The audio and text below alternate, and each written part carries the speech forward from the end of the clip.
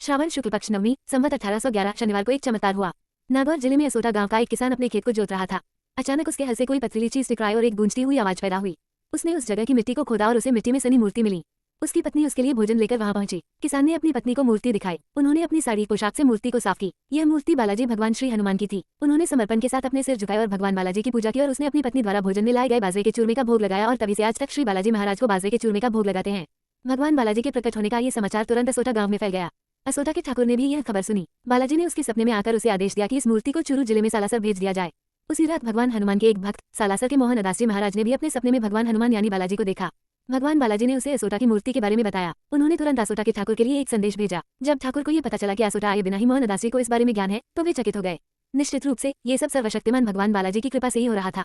इधर अपने आराध्य की कृपा से मोहनदास जी को ये सब भर ज्ञात हो जाने के कारण अपने प्रभु की अगवानी करने के लिए उन्होंने सालासर से प्रस्थान किया।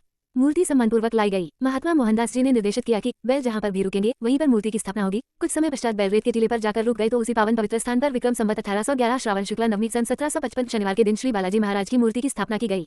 मूर्ति को सालासर भेज दिया गया और इसी जगह को आज सालासर धाम के रूप में जाना जाता है।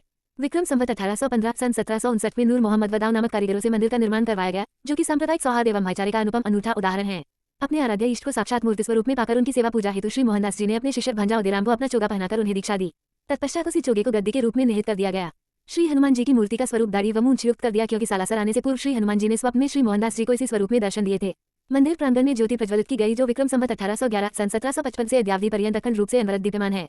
भक्त शिरोमणि मोहनदास जी महाराज अपने तपोबल से विक्रम संवत 1850 सन 1794 वैशाख शुक्ला त्रयोदशी को प्रातःकाल जीवित समाधि लेकर ब्रह्म में लीन हो गए।